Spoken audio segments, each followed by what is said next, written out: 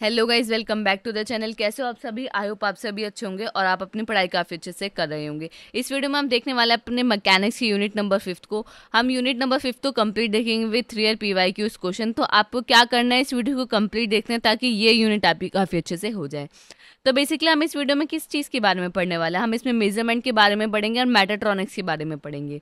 ठीक है, तो बिना देरी के करते हैं वीडियो को स्टार्ट, बढ़ते हैं अपने पहले टॉपिक की तरफ। जो हमारा पहला टॉपिक है वो है बेसिकली मेजरमेंट। मेजरमेंट होता क्या है? हम रियल लाइफ में भी बहुत चीज़ें मेजर करते रहते हैं ना, कि ये चीज़ इतनी बड़ी है, ये चीज़ इतनी है, तो वही हमारा मेजरमेंट होता है। मेजरमेंट सिंपली हमें ये बताता है कि कोई भी चीज़ कितनी बड़ी है, कितना उसका वेट है, कितना वो टाइम लेगी कंप्लीट होने में, वो चीज़ होता है मेजरमेंट।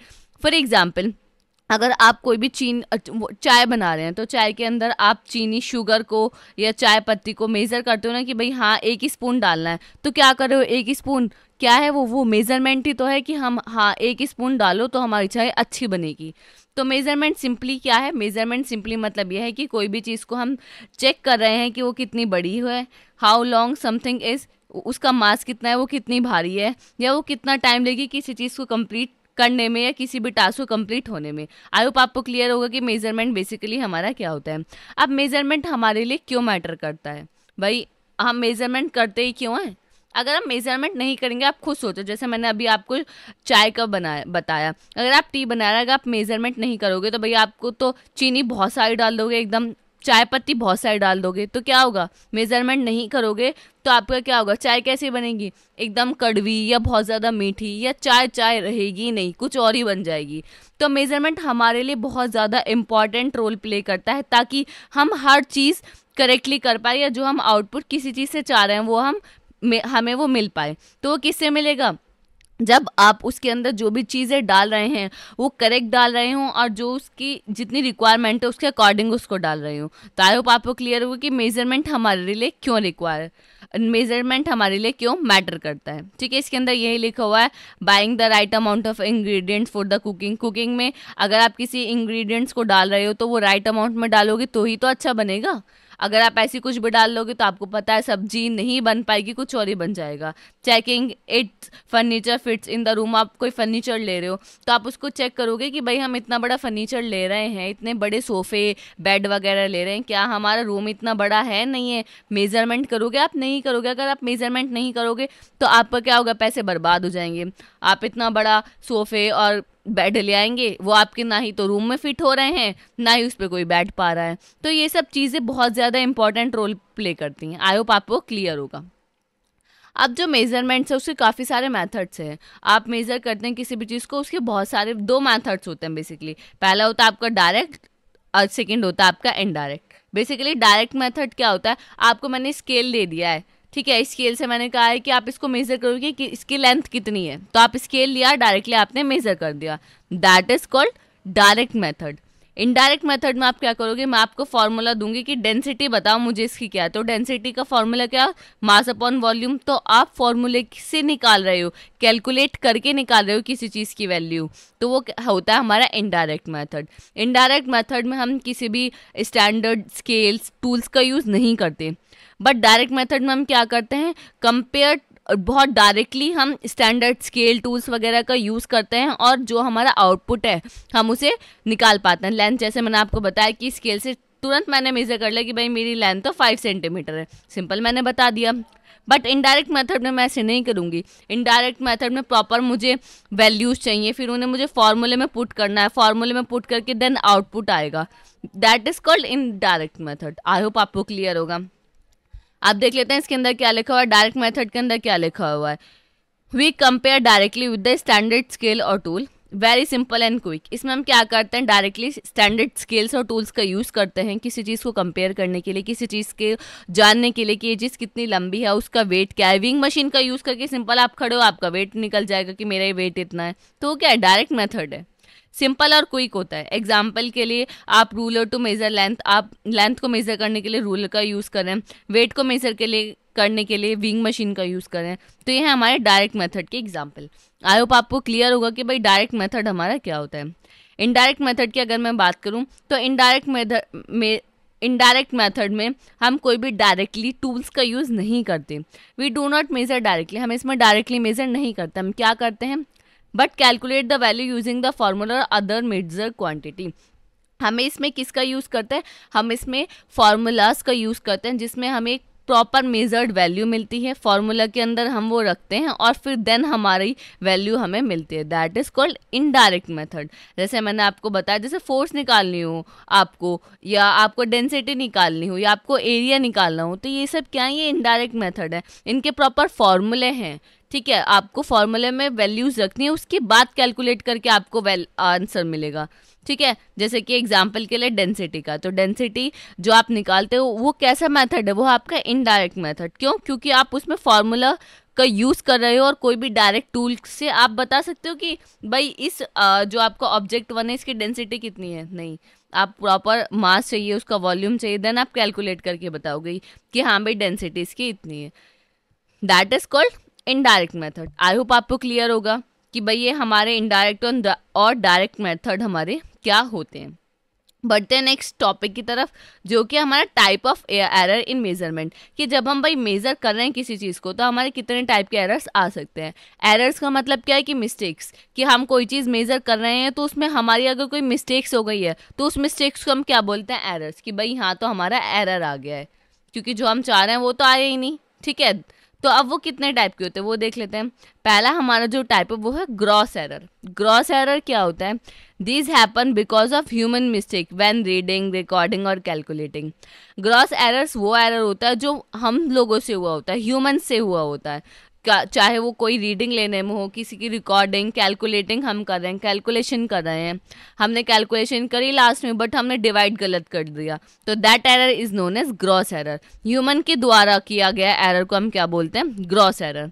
एग्जाम्पल के लिए आप समझ सकते हैं, you see 23 on the meter but right 28 by accidentally, you forget to record 1 meter. आपने क्या करा, आपने देखा मीटर से मेजर कर लिया 23, बट जैसे ही आप गए ना थोड़ा चले, नोटबुक में लिखने की बारी आई, वहाँ आपने 28 लिख दिया। तो क्या हुआ है यहाँ, बट बस ऐसे बोलते ना, अरे यार मुझे तो याद नहीं रहा कि क्या था, बस वही दिक्कत हो गई। तो वहाँ तो क्या हुआ, वो चीज़ तो मिस्टेक हुई, वो क्या बन गया, एरर बन गया। और उस एरर को हम क्या बोलते हैं, that error is known as gross error. इसको हम किस तरीके से अवॉइड कर सकते हैं, हमको केयरफुल रहना पड़ेगा जब भी आप रीडिंग कर रहे हैं, राइटिंग कर रहे हैं, या किसी भी चीज़ को काम को कर रहे हैं, किसी चीज़ को मेज़र कर रहे हैं, और डबल चेक करो। आप किसी भी काम को अगर कर रहे हो तो डबल चेक करो, ताकि उसमें एरर के चांसेस बहुत ज़्यादा कम हो जाए। भाई एरर तो आ ही नहीं सकता, इस तरीके से हमें काम करना है। आई होप आपको क्लियर होगा कि ग्रॉस एरर हमारा क्या होता है। नेक्स्ट आपका होता है random error. As the name suggest random, भाई हमें तो पता नहीं, अनप्रिडिक्टेबल मिस्टेक्स जो हम जाने अनजाने में हो जाती हैं, अचानक से हो जाती है, हमें पता ही नहीं रहता कि हाँ ये मिस्टेक्स या ये एरर भी हमारा हो सकता है। फॉर एग्जांपल, आप एक रूम का टेम्परेचर को मेज़र कर रहे हो, ठीक है। अब क्या हुआ, रूम का टेम्परेचर अचानक से हाई हो गया, तो भाई इसमें तो हम कुछ नहीं कर सकते, हाई हो गया तो हाई हो गया। हम कुछ काम कर रहे हैं, लाइट चली गई, भाई चली गई तो चली गई, अब इसमें हम क्या कर सकते हैं, चली गई तो। अभी तो अनप्रिडिक्टेबल मिस्टेक्स हैं, हम चाह कर भी कुछ नहीं कर सकते, हमारा कंट्रोल ही नहीं है। अब लाइट चली गई तो हम क्या करेंगे, वेट करेंगे कि भाई लाइट आए तो हम आगे का काम प्रोसीजर करें अपना, ठीक है। ऐसा तो है नहीं कि भैया आप पहुंच जाओगे बिजली करके, अरे भैया लाइट दो अभी हमारा काम चल रहा है, ये सब तो नहीं हो सकता। तो ये एरर्स कौन से हैं, जो रैंडम्स, जो अनप्रिडिक्टेबल एरर्स हैं, जिन पे हमारा कंट्रोल नहीं होता, ठीक है। वाइब्रेशन होने लगी, कहीं और कुछ होने लगा, ठीक है, that is called random error. These are small random change that you can not control. ये स्मॉल्स होते हैं और रैंडम चेंजेस होते हैं जो आपके कंट्रोल में नहीं होते। जैसे मैंने आपको बताया कि चेंज, रूम का टेम्परेचर चेंज हो गया, या एटमॉस्फेयर का टेम्परेचर चेंज हो गया, इलेक्ट्रिसिटी चली गई, वाइब्रेशन होने लगी, ये सब चीज़ें क्या हैं, रैंडम एरर्स हैं जिनको हम प्रिडिक्ट नहीं कर सकते। थर्ड आपका आता है सिस्टमैटिक एरर। सिस्टमैटिक एरर क्या होता है, error that repeat in the same way, जो एरर रिपीट हो रहा है सेम ही तरीके से, उसको हम बोलते हैं सिस्टमैटिक एरर। इसके अंदर सिस्टमैटिक एरर के आपके टाइप्स आते हैं, जैसे कि आपका पहला हो गया एनवायरमेंटल एरर। एनवायरमेंटल एरर जैसे कि आउटसाइड जो आपके एनवायरनमेंट है, आउटसाइड की कंडीशंस है, उसका temperature, humidity, pressure, magnetic field, ये सब क्या है बार बार सेम तरीके से चेंज हो रही है। लाइक फॉर एग्जांपल कि मैं तो बार बार बाहर का टेम्परेचर मैं चेक करने जाती हूँ, जैसे ही चेक करने जाती हूँ कभी ह्यूमिडिटी बढ़ जाती है, कभी हमारा टेम्परेचर बढ़ जाता है, कभी बारिश होने लग जाती है। तो ये क्या एनवायरमेंटल एरर है, ये बार बार एरर मेरे साथ हो ही जा रहे हैं, जब भी मैं ऐसा करती हूँ तब मेरे साथ हो जाते हैं, और ये मैक्सिमम सब लोगों के साथ सेम होंगे। ऐसा तो नहीं है कि भाई टेम्परेचर मुझे कुछ और दिख रहा है एक टाइम पर आपको कुछ और दिखेगा, नहीं, सेम ही दिखेगा अगर हम एक जगह का मेजर कर रहे हैं। तो ये क्या है, ये वो एरर्स हैं जो रिपीट हो रहे हैं सेम वे से, ठीक है, that is called system environmental error. ठीक है, for example you measure body temperature, आप क्या कर रहे हैं बॉडी के टेम्परेचर को मेजर कर रहे हैं, but the room gets very hot and the thermometer show a high reading. Body के टेम्परेचर को मेजर कर रहे हैं, फीवर को मेजर कर रहे हैं, जैसे ही हम भाई रूम में गए तो भाई रूम का जो टेम्परेचर वो बहुत ज़्यादा हाई है, जिसकी वजह से थर्मोमीटर के अंदर जो रीडिंग है वो बहुत ज़्यादा हाई आ गई, जो दिखा रहा है 105 फीवर। ठीक है, समझ रहे हैं आप? तो ये क्या एनवायरमेंटल एरर है। ठीक है, नेक्स्ट आ गया आपका ऑब्जर्वेशनल एरर। ऑब्जर्वेशनल एरर कैसे हो गया, ऑब्जर्व जब हम कर रहे हैं तभी कुछ एरर हो गया, like cause by the person measuring, जो पर्सन मेजर कर रहा है उसने ही गलती कर दी। ठीक है, अब हाइट नाप रहे हैं, हाइट को मेजर कर रहे हैं, वो मेरी हाइट बता रहे हैं 6 इंच 6, नहीं मेरी तो है ही नहीं, मैंने कहा एक बार आप और करो, जब उन्होंने चेक करी, जब मेरी ठीक आई कि आपकी तो 5'3" है या 5'4" है, जो भी है, आपकी तो इतनी हाइट है, तो ये क्या ऑब्जर्वेशनल एरर है कि जो ऑब्जर्व कर रहा है, जो पर्सन मेरी हाइट को मेजर कर रहा है उसने ही ढंग से ऑब्जर्व नहीं किया कि मेरी हाइट कितनी है, तो that error is known as observational error. ठीक है, not setting up properly, carelessness की वजह से ये सब चीज़ें होती हैं। ठीक है, आई होप आपको क्लियर होगा। थर्ड आपका होता है इंस्ट्रूमेंटल एरर। इंस्ट्रूमेंटल एरर कि भाई जो हम इंस्ट्रूमेंट यूज़ कर रहे हैं उसमें ही कुछ एरर है, वही ख़राब है। स्केल लिया मैंने मेज़र करने के लिए, ठीक है, स्केल लिया मैंने मेज़र करने के लिए, स्केल जो मुझे मेज़र करना है वो मुझे 0 से मेज़र करना है, स्केल में 0 है ही नहीं, तो क्या हुआ, स्केल में तो 0 है ही नहीं, अब क्या मेज़र नहीं करूँगी, तो भाई इसका मतलब क्या है कि जिस इंस्ट्रूमेंट से मैं कर रही थी उसमें ही एरर आ गया, अब मैं क्या करूँगी, अब दूसरा खरीद के लाऊंगी, उसके बाद मैं उसका मेज़र करूँगी, but that type of error is known as instrumental error, कि भाई जो मैं इंस्ट्रूमेंट को यूज़ कर रही हूँ उसके अंदर ये एरर निकल गया। आई होप आपको क्लियर होगा। अब ये जो फ्लो चार्ट है, ये जो डायग्राम है, आप इसके थ्रू देख सकते हैं कि टाइप ऑफ एरर्स में रैंडम एरर, सिस्टमैटिक, ग्रॉस, फिर ऑब्जर्वेशनल, एनवायरमेंटल, इंस्ट्रूमेंटल, देन आपको इतना डिटेल में जाने की ज़रूरत नहीं है, बट अगर ये आपको आता है तो आप ये फ्लो चार्ट बना कर आएँ और इसको अच्छे से एक्सप्लेन करके आएँ। आई होप आपको क्लियर होगा कि भाई एरर्स क्या होता है और एरर्स कितने टाइप के होते हैं in term of measurement. I hope आपको क्लियर होगा। ठीक है, अब बढ़ते हैं अपने नेक्स्ट टॉपिक की तरफ, जो कि है आपका कैलिब्रेशन। अब कैलिब्रेशन क्या होता है आपका, calibration means checking any adjusting your measuring instrument so it gives correct result. अब आपको ये डेफिनेशन समझ के कुछ नहीं आया होगा, पढ़कर कुछ समझ नहीं आया होगा, थोड़ा बहुत आया होगा। अब हम एक रियल लाइफ एग्जाम्पल के थ्रू समझेंगे कि भाई ये कैलिब्रेशन हमारा होता क्या है। इमेजिन कीजिए कि आपके किचन में एक विंग मशीन है, ठीक है, विंग मशीन आपके किचन में, आप गए मार्केट से एक पैक्ड शुगर लाए, जो कि आपको पता है कि इसका जो वेट है वो क्या है 1 kg है। ऑब्वियसली जब आप पैकेट में लेकर आए हो, पैक्ड लेकर आए हो, तो उसका जो वेट है वो स्टैंडर्ड वेट है कि हाँ भाई वो इतना वेट है। आप आए अपने किचन में, आपके जो किचन में विंग मशीन है आपने उस पर रखा, तो भाई जो चीनी है जो 1 किलो की थी वो 1.2 kg की दिखा रहा है। तो इसका मतलब क्या है कि जो आपका स्केल है उसके अंदर क्या आ गई, इनएक्यूरेसी आ गई, वो एक्यूरेट रिजल्ट नहीं दे रहा है। जो आपकी विंग मशीन है वो 1 किलो की बजाय क्या बता रही है, 1.2 kg बता रही है। इसका मतलब इसके अंदर कुछ ना कुछ गलती है। तो आप क्या करोगे, उसको एडजस्ट करोगे, आपका जो विंग मशीन है उसके स्केल को एडजस्ट करोगे ताकि वो आपका 1 किलो की चीनी को 1 किलो ही दिखाए। तो जो आपने ये एडजस्टमेंट कर रहे हो इसी को ही हम बोलते हैं कैलिब्रेशन। यही प्रोसेस आपका चेकिंग करना और उस चीज़ को करेक्ट करना, that process is known as calibration. I hope आपको क्लियर होगा कि कैलिब्रेशन आपका क्या होता है। अगर आप इस एग्जाम्पल के थ्रू याद रखेंगे कैलिब्रेशन को तो आप कभी नहीं भूलेंगे। कैलिब्रेशन मीन्स, अब आप समझेंगे जो ये डेफिनेशन लिखे वही तो लिखे हुए। कैलिब्रेशन का मतलब है किसी चीज़ को चेक करना है, एडजस्ट करना और उस इंस्ट्रूमेंट को मेजर करना ताकि वो करेक्ट रिजल्ट हमें दे पाए। That process is known as calibration. I hope आपको क्लियर होगा। अब कैलिब्रेशन के बेसिकली हमें नीड है ही क्यों? Sometimes measuring tool do not show the exact value. Sometimes क्या होता है, मेजर कर रहे हैं, वो हमें एग्जैक्ट वैल्यू नहीं दे रहा है, जबकि हमें पता है कि एग्जैक्ट वैल्यू हमारी है। जैसे हमें पता है कि भाई ये 1 किलो की चीनी है, तो 1 किलो ही है इसके अंदर, वो 1.2 kg कैसे दिखा रहा है? समझ रहे हैं? तो ये इसी बहुत लिटिल बिट एरर्स होते हैं, बट ये कभी कभी बहुत ज़्यादा प्रॉब्लम क्रिएट कर जाते हैं। तो हमें नीड है वियर एंड टीयर्स की, poor setups, temperature change, calibration, fixing these error. तो लिटिल बिट रॉन्ग्स हैं जिनकी वजह से हमारे कैलिब्रेशन होता है, और हमें कैलिब्रेशन, इस प्रोसेस को ही हम कैलिब्रेशन बोलते हैं, चेकिंग एंड करेक्ट करना। ठीक है, बट नेक्स्ट टॉपिक की तरफ, जो कि है मेजरमेंट ऑफ प्रेशर। अब बेसिकली प्रेशर क्या होता है? Pressure equal to force upon area. Simple, आप 12th क्लास से पढ़ते आ रहे हैं कि प्रेशर हमारा ये होता है। तो सबसे पहले थोड़ा देख लेते हैं कि भाई प्रेशर क्या होता है। तो pressure is created when force act on surface. जब सरफेस पे कोई फोर्स लगाता है तो क्या क्रिएट होता है? प्रेशर क्रिएट होता है। The harder something pushes the more pressure is created. अगर आप किसी चीज़ को बहुत ज़्यादा पुश करोगे तो वहाँ प्रेशर क्या होगा? बहुत ज़्यादा क्रिएट होगा। अब आप एक इस डायग्राम के थ्रू समझ सकते हैं कि बेसिकली जो प्रेशर है उसका कॉन्सेप्ट क्या है। रियल लाइफ एग्जांपल के थ्रू समझो तो जो हील होती है ना, आपने पेंसिल हील देखी होंगी, जो हमारी हील्स होती हैं। अगर हम हील्स को फ्लोर पे चलते हैं, फ्लोर पे हील्स को लेके, पेंसिल हील जो होती है बहुत ज़्यादा, जो हाई हील्स होती है, ठीक है, जो हाई हील्स होती है, अगर हम पेंसिल हील्स को लेकर फ्लोर पे चलते हैं तो क्या होता है? वो फ्लोर पे बहुत ज़्यादा प्रेशर लगाते हैं। क्यों? क्योंकि जो एरिया होता है वो क्या होता है? उसका बहुत ज़्यादा कम होता है, तो इसलिए हमारा प्रेशर क्या होता है? बहुत ज़्यादा लगता है। और इन्हीं हील्स को अगर हम रेत में, जो सैंड होता है, वहाँ चलें तो वहाँ क्या होगा?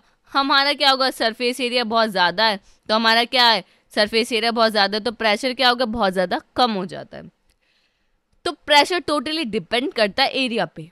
Small area high pressure, large area low pressure, simple. ठीक है, प्रेशर बेसिकली क्या होता है? Force upon area. जो प्रेशर जो होता है वो इन्वर्सली प्रोपोर्शनल होता है, इन्वर्सली प्रोपोर्शनल होता है आपके एरिया के। एरिया बढ़ाओगे प्रेशर कम होगा, एरिया कम करोगे प्रेशर बढ़ेगा, सिंपल। जैसे मैंने आपको हील्स के एग्जांपल दिया, हील्स को फ्लोर पे पहन के चलोगे तो भाई आपका एरिया कम है, प्रेशर बहुत ज़्यादा होगा।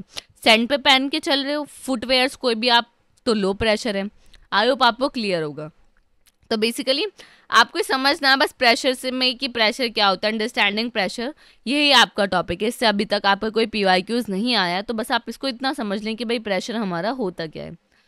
बढ़ते अपने नेक्स्ट टॉपिक की तरफ, जो कि है हमारा burden tube pressure gauge. Burden tube pressure gauge basically होता क्या है?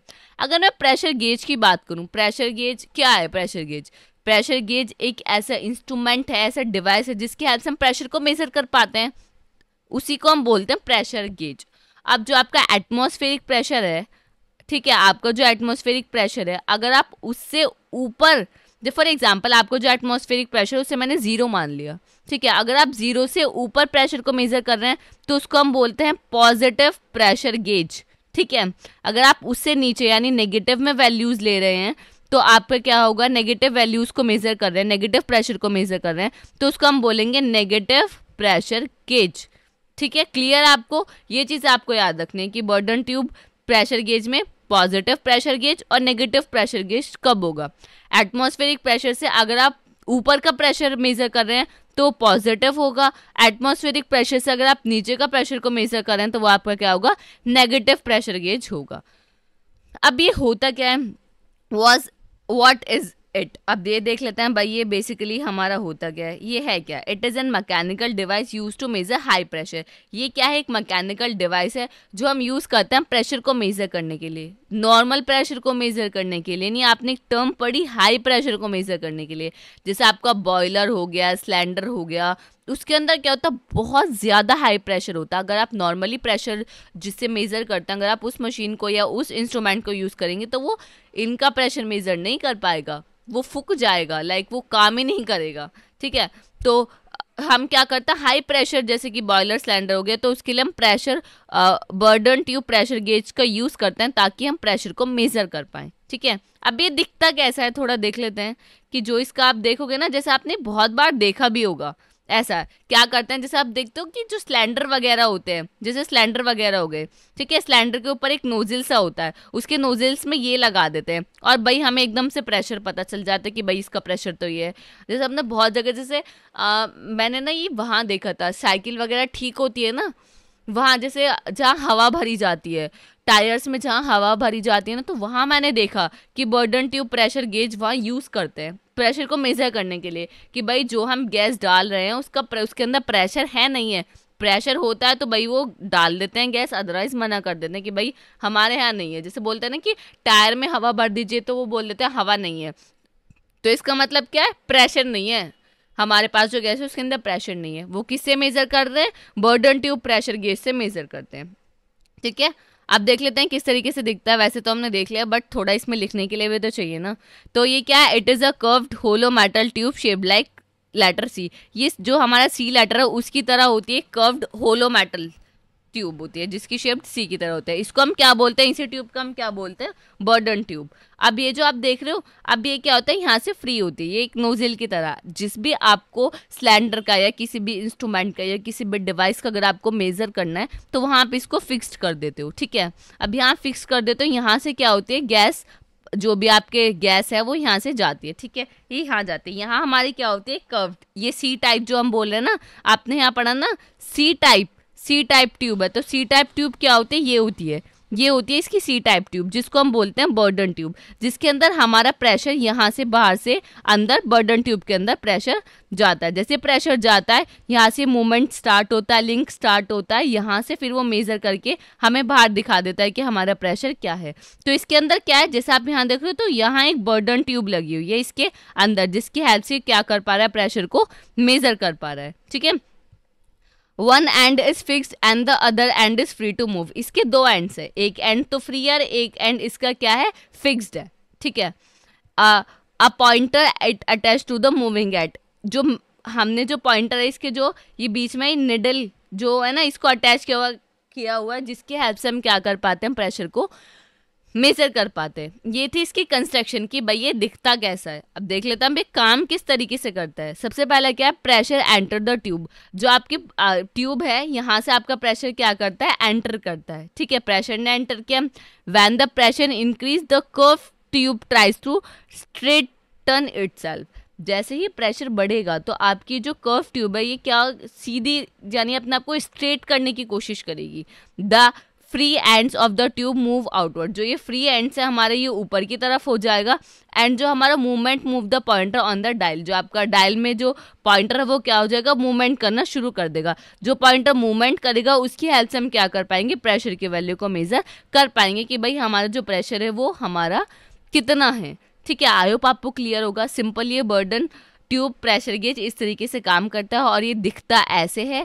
और इसकी अगर कंस्ट्रक्शन आती है तो आपको डायग्राम बना के आना है कि इसमें एक सेक्टर ये लिंक होता है, ठीक है, ये पॉइंटर होता है, ये यहाँ से पॉइंटर होते हैं, बर्डन ट्यूब होती है जिसके हेल्प से हम प्रेशर को मेजर कर पाते हैं। आई होप आपको क्लियर होगा।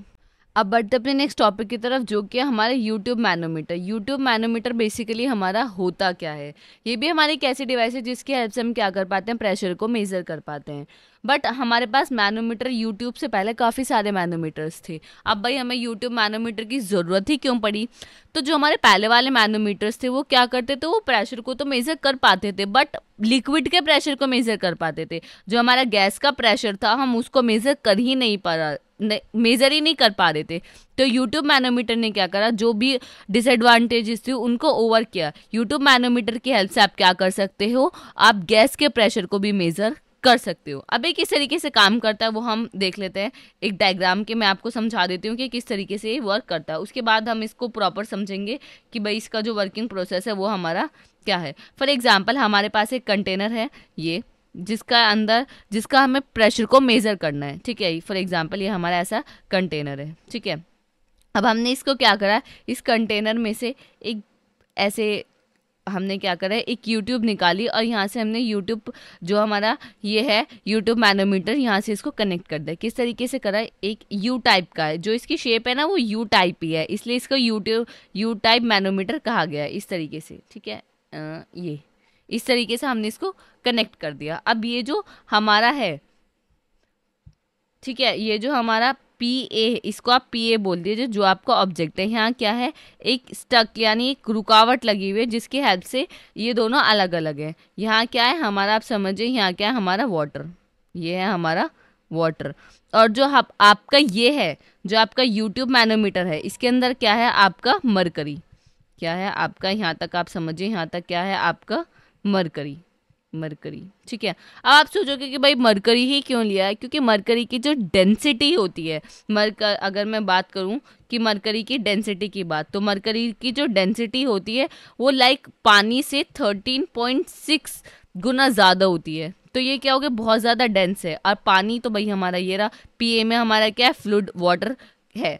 तो अब हम क्या करेंगे, अब हम इसके प्रेशर को मेज़र करने के लिए जस्ट हम सिंपली क्या करेंगे कि भाई हमारा ये जो स्टक है, जो हमने रुकावट लगाई हुई है, इसको क्या करेंगे, इसको जस्ट हटा देंगे। फॉर एग्जांपल ये मैंने हटा दिया। अब जैसे ही मैंने हटाया वैसे ही क्या हुआ कि ये जो हमारा प्रेशर PA, जो वाटर का प्रेशर था, जो वाटर था वो यहाँ आया और इसने इसको प्रेशराइज किया, जिसकी वजह से जो मरकरी थी वो क्या हो गई, ऊपर की तरफ जाने स्टार्ट हो गई। समझो कि हम किसी चीज़ को अगर किसी चीज़ से प्रेशर लगाते तो वो कहते हैं आगे खिसक जाती है ना, इसी तरीके से जैसे वाटर को जैसे हमने ये हटाया ना, तो यहाँ बहुत ज़्यादा प्रेशर था, तो प्रेशर के कांटेक्ट में आके जो मरकरी क्या हो गई, ऊपर खिसकना स्टार्ट हो गई। जो यहाँ तक थी वो यहाँ तक खिसकना यहाँ तक आ गई। ठीक है, और जो आपका वाटर है वो यहाँ आके रुक गया। ठीक है, यहाँ आके रुक गया। तो क्या हुआ आपका, अब आप इसकी हेल्प से किस तरीके से क्या मेज़र कर पाएंगे प्रेशर को। ठीक है, अब ये जो हाइट का डिफरेंस है, जो आपकी यहाँ की हाइट थी और जो आपकी हाइट में इंक्रीमेंट हुआ है, जो आपकी H1 हाइट ये है और H2 हाइट ये है, जो इनके हाइट का डिफरेंस है, आप उसकी हेल्प से क्या कर सकते हो, प्रेशर को मेज़र कर सकते हो। आई होप आपको क्लियर होगा कि भाई ये जो हमारा यूट्यूब मैनोमीटर है वो किस तरीके से हमारा काम करता है। एक कंटेनर है जिसके अंदर वाटर रहता है, उससे हम क्या करते हैं, कनेक्टेड करते हैं यूट्यूब मैनोमीटर को, जिसके अंदर हमारा क्या होता है, मरकरी रहते हैं। यहाँ हमने स्टक लगाया हुआ था जिसकी हेल्प से इन दोनों को हम सेपरेट करते हैं। जैसे हम उसको हटाएंगे तो फ्लूइड मरकरी के साथ कांटेक्ट करेगा, तो फ्लूइड का जो पानी है उसका प्रेशराइज्ड है वो, तो वो प्रेशर से मरकरी को क्या करेगा, खिसकाएगा, लाइक उसको पुश करेगा। तो मरकरी क्या हो जाएगा, जो यहाँ तक थी मरकरी ऊपर आने स्टार्ट हो जाएगी। तो जो उसकी हाइट में चेंज आया पहले से एक्चुअल हाइट से, और जो हमारी अब हाइट हो गई है उसकी हाइट का जो डिफरेंस है, उसकी हेल्प से हम क्या कर सकते हैं, प्रेशर को सिंपली मेजर कर लेते हैं। आई होप आपको क्लियर होगा। अब हम पूरी थ्योरी देख लेते हैं कि भाई इसके अंदर यूट्यूब मैनोमीटर के अंदर लिखा हुआ है क्या। What is it? It is a simply glass band in a U shaped. ये क्या है, एक सिंपली ग्लास ट्यूब है जिसकी जो शेप है वो क्या है, यू शेप है। It contain a liquid usually water mercury, जो मैंने आपको बताया इसके अंदर लिक्विड होता है, जो कि हमारा वाटर, मरकरी, ऑयल और बहुत सारे लिक्विड्स इसके अंदर होते हैं। अब ये देख लेते हैं किस तरीके से काम करता है। One side of the tube is connected to the system whose pressure you want to measure. यहाँ हमारा क्या रहता है, यहाँ हमारा वो सिस्टम रहता है जिसका प्रेशर आपको मेजर करना है। तो ये जो कंटेनर है आपको क्या करना था, इस कंटेनर का अंदर जो फ्लूइड है उसके प्रेशर को मेजर करना था। तो जिस सिस्टम का आपके प्रेशर को मेजर करना है, आप जस्ट उसको क्या करोगे, यूट्यूब नैनोमीटर से कनेक्ट कर दोगे। Other side is open to the atmosphere, जो अदर साइड रहेगा इसका क्या रहेगा, ओपन रहेगा, जैसा आप देख रहे हो इस डायग्राम के अंदर। ठीक है, the pressure push the liquid inside the tube causing the liquid level in both arm to be different. जैसे ही आप इस स्टक को हटाओगे तो जो प्रेशर है लिक्विड का वो क्या करेगा, ट्यूब के अंदर जाएगा, जिसकी वजह से जो वाटर लेवल है यानी जो मरकरी का लेवल है वो क्या हो जाएगा, डिफरेंट हो जाएगा। जो पानी का लेवल था वो भी चेंज हो गया और जो मरकरी का लेवल था वो भी हमारा चेंज हो गया। You measure the difference in height between two sides. आप ये वाली साइड की और ये वाली साइड की जो हाइट में डिफरेंस है आप उसको मेजर करोगे।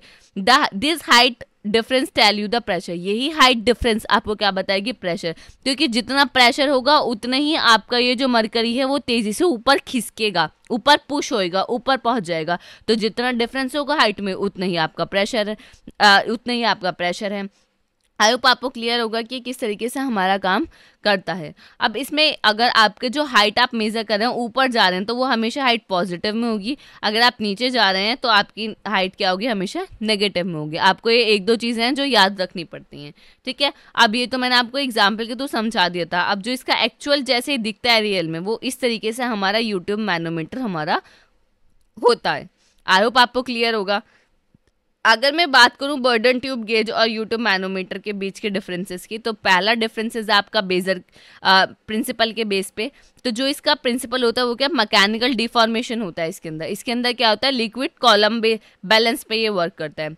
एक्यूरेसी मॉडर्न ट्यूब गेज के अंदर इतनी रहती है और यूट्यूब मैनोमीटर के अंदर हमारी इसकी जो एक्यूरेसी है वो इतनी रहती है। रेंज की बात करें अप टू 700 तक PSI पर ये वर्क करता है। इसकी लिमिटेड बाय ट्यूब हाइट, जो ट्यूब हाइट है उसकी लिमिटेड है, तो बस जो ट्यूब की हाइट रहती है वो उसके अकॉर्डिंग ही उसकी रेंज रहती है। मेंटेनेंस जो होता है वो बर्डन ट्यूब गेज का बहुत कम रहता है, इसका काफ़ी ज़्यादा मेंटेनेंस रहता है, क्योंकि ट्यूब होती है, अगर ट्यूब गंदी हो गई तो भाई मरकरी का जो प्रेशर है वो अच्छे से वर्क ही नहीं कर पाएगा, जो उस पर प्रेशर लगेगा तो हमारी जो एक्यूरेसी उसमें कम हो जाएगी, यानी एक्यूरेसी कम हो जाएगी। तो हमें इसको क्लीन रखना बहुत ज़्यादा ज़रूरी है।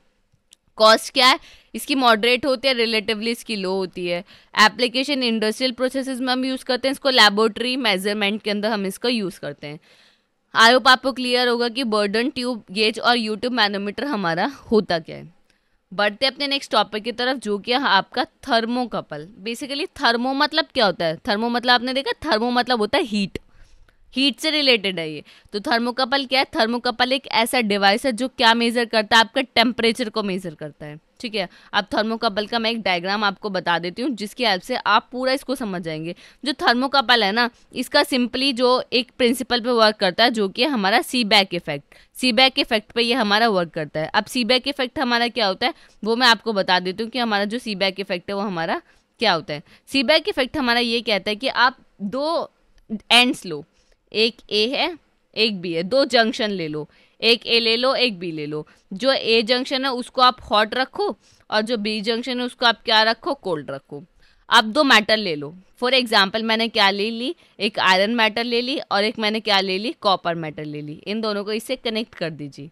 ठीक है, हमने क्या लिए, दो जंक्शन लिए, एक हॉट जंक्शन एक कोल्ड जंक्शन, एंड देन दो मेटल लिए, एक आयरन मेटल ले लिया, एक हमने क्या ले लिया, कॉपर मेटल ले लिया। अब क्या करा, जो हमारा ए यहाँ से मैंने क्या इसे प्रोवाइड की, हीट प्रोवाइड की। जैसी मैंने हीट प्रोवाइड की तो यहाँ के जो इलेक्ट्रॉन्स है वो इलेक्ट्रॉन्स क्या करने लग जाएंगे, मूवमेंट करने लग जाएंगे। ए हॉट से कोल्ड की तरफ जो हमारा मूवमेंट है इलेक्ट्रॉन का वो क्या हो जाएगा, फ्लो हो जाएगा, जिसकी वजह से हमारा क्या होगा, करंट इंड्यूस्ड होगा। करंट इंड्यूस्ड होगा, वोल्टेज में चेंज होगा, जिसकी हेल्प से हम क्या कर सकते हैं, टेम्परेचर को मेजर कर सकते हैं। ये इस तरीके से जो इसका वर्किंग प्रोसेस है वो ये है। इसी को हम बोलते हैं सीबैक effect.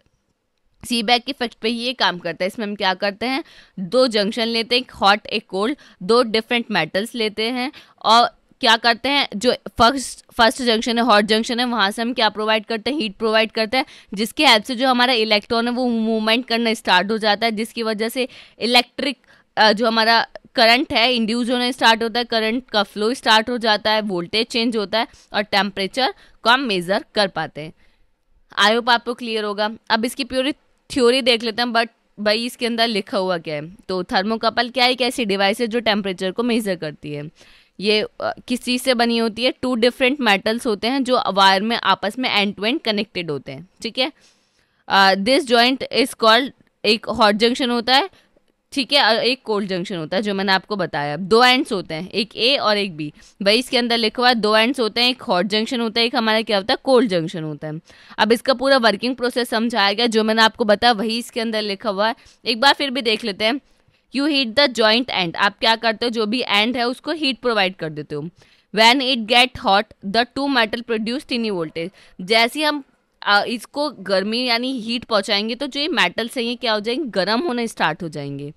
The voltage change the dependency on how hot the junction is, जो वो इनके अंदर क्या होगा, वोल्टेज चेंज होने लग जाएगा। वोल्टेज डायरेक्टली किस पे डिपेंड करता है कि आपके जो ये जंक्शन है, the voltage change depending on how the hot the junction is, कि ये जंक्शन जो है आपके वो कितने गर्म हो चुके हैं, कितने हॉट हो चुके हैं, वो टोटली उस पर डिपेंड करता है।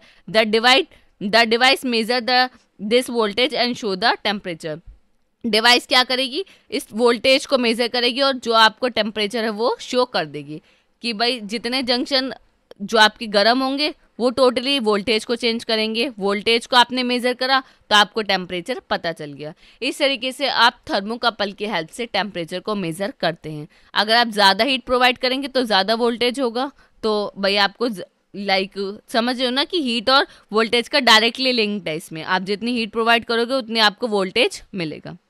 अब हम इसको क्यों यूज़ करते हैं थर्मोकपल को? ये हमारा चीप और सिंपल होता है इसलिए हम इसको यूज़ करते हैं। ये वेरी हाई टेम्परेचर को मेज़र कर लेता है। स्मॉल और टेनी प्लेस पे कहीं पे भी हम इसे एनीवेयर कहीं पे भी इसे ले जा सकते हैं, इसलिए ये हमारे लिए बहुत ज़्यादा बेनिफिशियल होता है। आई होप आपको क्लियर होगा कि भाई थर्मोकपल का कॉन्सेप्ट हमारा होता क्या है। अगर मैं बात करूँ टाइप्स की, तो इसके 3 टाइप्स होते हैं थर्मोकपल के। पहला क्या होता है के टाइप थर्मोकपल, जो हम मोस्ट कॉमनली यूज़ करते हैं, जिसको तो टेम्परेचर रेंज होती है, टेम्परेचर जो होता है वो कहाँ से कहाँ तक लाई करता है, 1260 डिग्री सेल्सियस से 2300 डिग्री फ़ारेनहाइट तक, मतलब इसके बीच ये रेंज में रहता है। जब आप पिज़्ज़ा को बेक करते हो उस टाइम में हम किसका यूज़ करते हैं, के टाइप थर्मोकपल का यूज़ करते हैं। रिलेटिवली इनएक्सपेंसिव होता है, जो इसकी एक्यूरेसी होती है वो बहुत ज़्यादा अच्छी होती है किसी के टाइप थर्मोकपल की।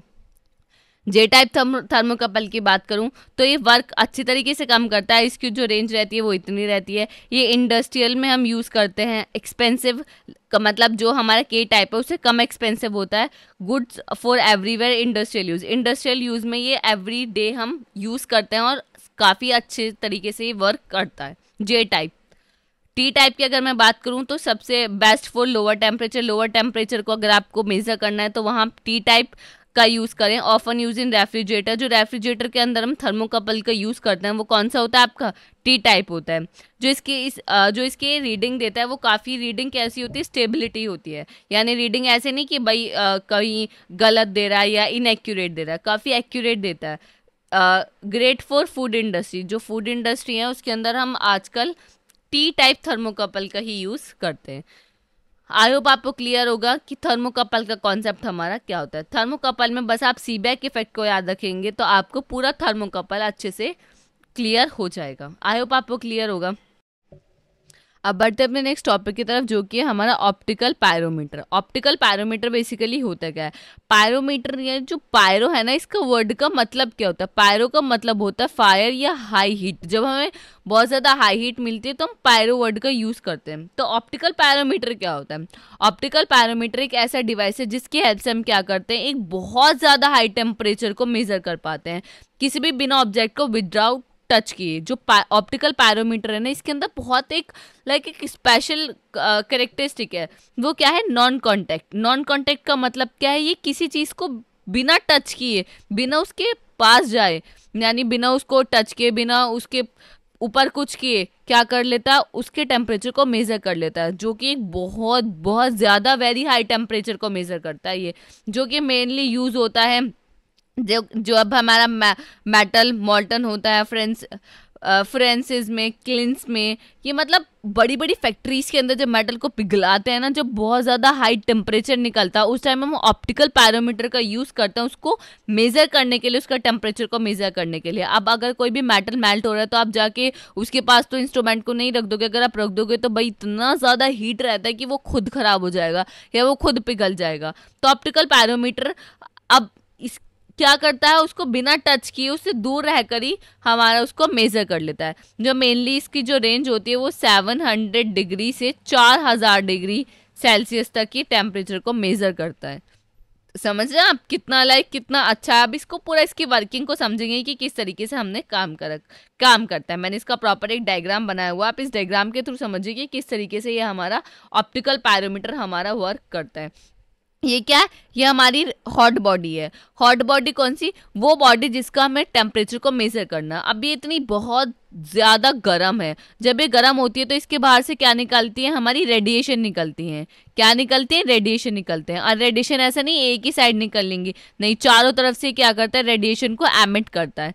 फिर हम क्या करते हैं, ये ऑप्टिकल पायरोमीटर का यूज़ करते हैं। ऑप्टिकल किस तरीके से दिखता है? जो सिलेंड्रिकल होता है, ये क्या करता है कि यहाँ एक लेंस लगा हुआ है। लेंस क्या है? ये हमारा कॉन्वेक्स लेंस है। कॉन्वेक्स लेंस क्या करता है? बेसिकली कॉन्वेक्स लेंस हमारा ये करता है कि जो भी हमारी रेडिएशन आ रही हैं, जो भी यहाँ से रेडिएशन इससे टकरा रही हैं, उनको एक जगह क्या कर देगा, ये फोकस कर देगा। एक पॉइंट पे क्या कर देगा, ये फोकस कर देगा।